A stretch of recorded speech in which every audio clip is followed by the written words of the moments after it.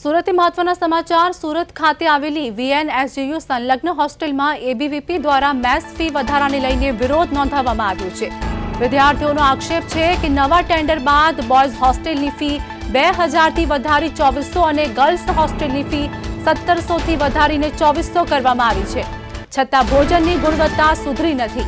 આ મુદ્દે એબીવીપી અને વિદ્યાર્થીઓ રજિસ્ટ્રાર ઓફિસ બહાર ધરણા કરી રામધૂન બોલાવી વિરોધ વ્યક્ત કર્યો છે। તો સુરતની વાત કરીએ। સુરતમાં VNSGU ખાતે એબીવીપીનું વિરોધ પ્રદર્શન। હોસ્ટેલ મેસ ફી વધારાને લઈને વિદ્યાર્થીઓમાં ભારે રોષ જોવા મળ્યો છે।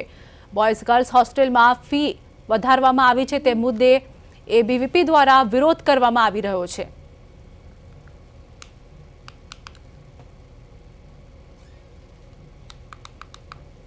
अखिल भारतीय विद्यार्थी परिषद द्वारा बॉयज होस्टेल और गर्ल्स होस्टेल में जमवानी समस्याओं ने लईने रजिस्टर साहेब ने 10 दिवस अगाऊ कम्प्लेन करवामां आवी हती, परंतु रजिस्टर साहेब द्वारा एना पर कोई निर्णय लेवामां આવ્યો नहीं। वीसी साहेब द्वारा एना पर कोई निर्णय लेवामां આવ્યો नहीं, जेने लईने दरेक विद्यार्थीओ होस्टेलने घणा बधा विद्यार्थीओ आज अहींया आंदोलन करवा माटे एकठा थया छे અને વિદ્યાર્થીઓને ભોજન સાવ નીચલી ગુણવત્તાનો ખાવાનું આપવામાં આવે છે, જેમાંથી ઇયરો નીકળે છે। ઘણા બધા વિદ્યાર્થીઓ સામે એક દિવસે સાંજે બીમાર થઈ જાય છે।